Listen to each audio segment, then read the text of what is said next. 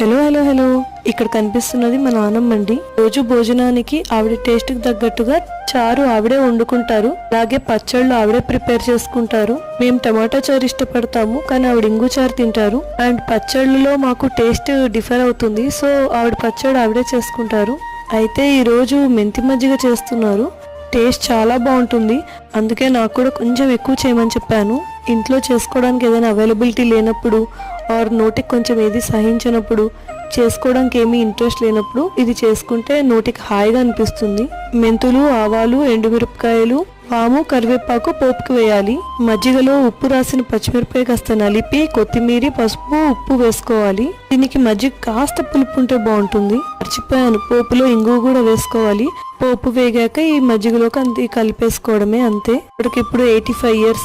ఈ ఏజ్ లో కూడా ఇంత యాక్టివ్ గా చేసుకుంటూ ఉంటే చూడడానికి ఎంత ముచ్చటగా ఉంది కదా.